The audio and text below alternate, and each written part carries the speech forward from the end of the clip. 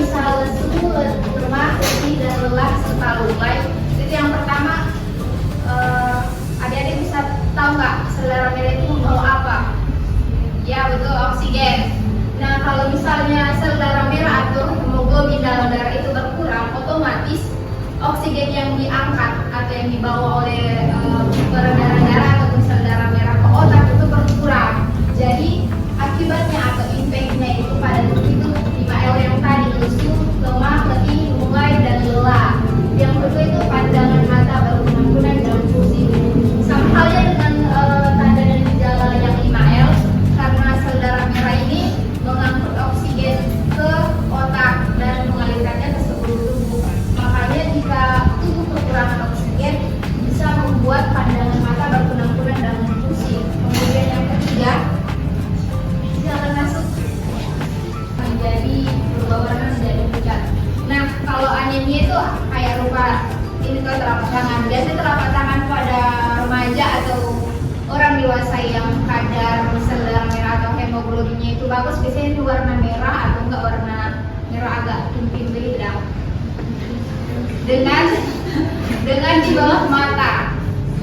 Di bawah mata itu kadang dia lebih merah, atau kalau kekurangan kalau ada gejala anemia itu dia kayak lebih pucat gitu.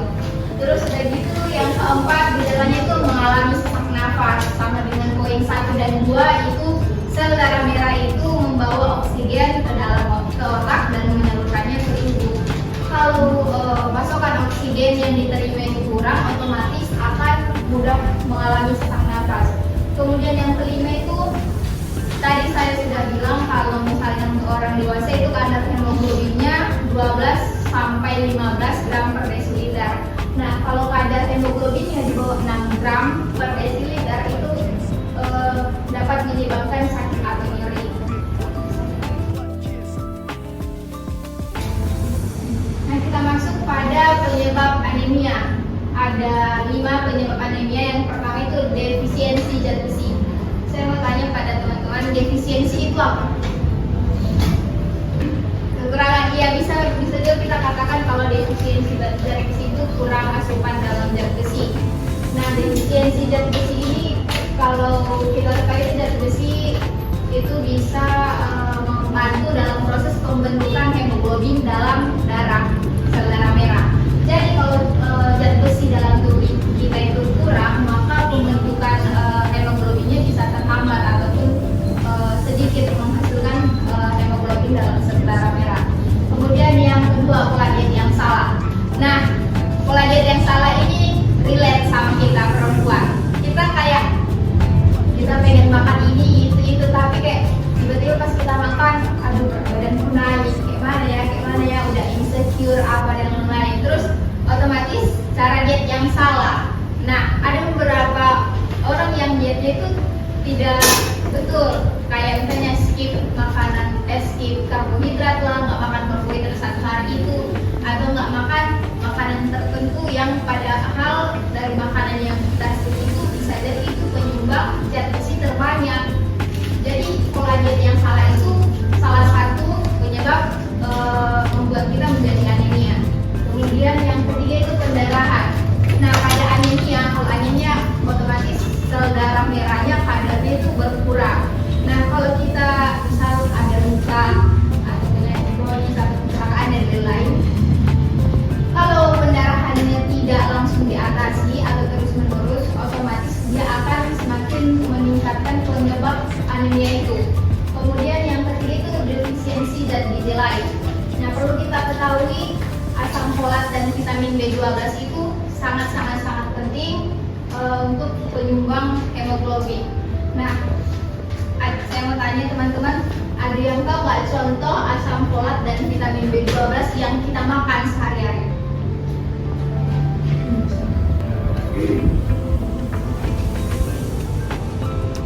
Contoh asam folat yang kita makan sehari-hari. Ini hewani.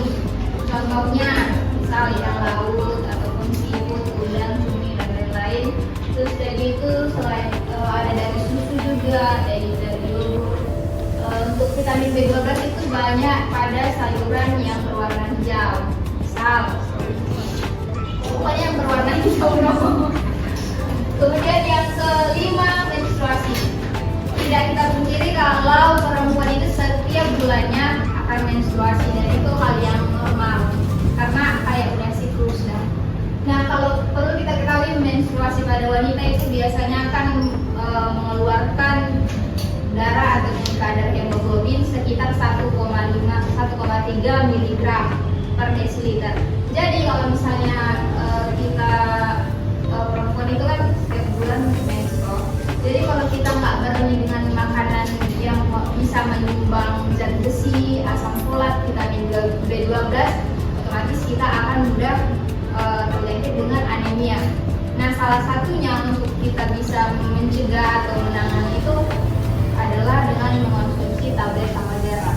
Nah, siapa di sini yang mengonsumsi tablet tambah darah? Ada lagi selain ada ya?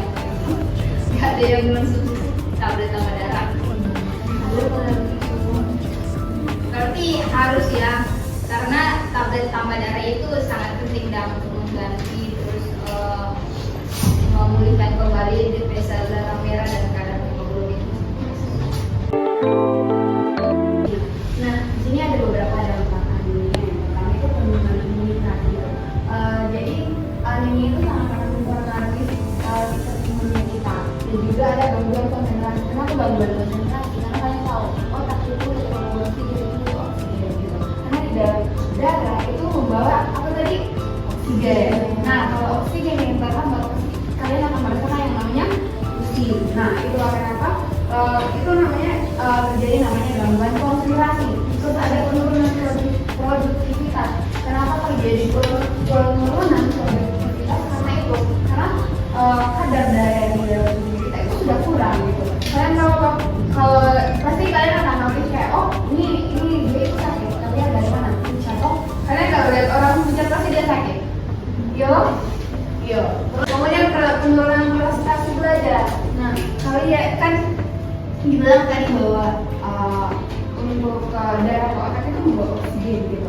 Nah, kalau darah yang berhenti, pastinya oksigen juga berhenti. Itu otomatis maka otaknya kita juga itu akan menurun gitu. Nggak bisa berpikir gitu lagi gitu. Terus ada memperbesar risiko kematian ibu. Nah, kenapa? Karena kebutuhan kadar darah ketika sedang hamil itu pasti akan bertambah lebih banyak karena kan sudah ada janin gitu. Nah, di dalam janin pun akan membutuhkan banyak suplemen juga seperti yang paling itu adalah darah gitu. Karena kenapa dari darah ada menciptakan gimana supaya janin di dalam tubuhnya kita itu tetap terjaga gitu. Nah, kemudian ada bayi lahir prematur dengan berat bayi rendah. Jadi kenapa mungkin kenapa orang itu ada yang lahir prematur, ada yang berat bayinya ketika lahir itu rendah. Karena ketika ibu hamil, kadar darah atau hemoglobin itu tidak stabil gitu. Jadi itu kenapa hari ini betul-betul kenapa kita tuh perlu jaga setiap tubuhnya kita harus mengkonsumsi makanan-makanan yang mengandung zat besi, karena yang paling pasti tahu yang ini paling banyak ditemui di perempuan. Karena kenapa? Perempuan itu sangat membutuhkan banyak dan juga itu darah itu dibutuhkan dari zat besi dan begitu. Nah, karena itu dari dampak anemia. Kemudian next slide. Nah, bagaimana cara mencegahnya? Yang pertama itu pastinya kita harus rajin berolahraga. Siapa yang di sini rajin olahraga? Kalian kalau jalan dari rumah 15 menit atau 30 menit itu sudah termasuk olahraga. Itu udah olahraga. Jalan kaki atau kalian mungkin dari sini kan banyak nih anak-anak kos nih ke Prismart. Jalan kaki kan biasanya itu 20 menit itu udah termasuk olahraga ya gitu. Jadi penting namanya rajin berolahraga. Kemudian sampai yang dijelaskan sama saya tadi bahwa kita juga butuh suplemen vitamin seperti vitamin B12,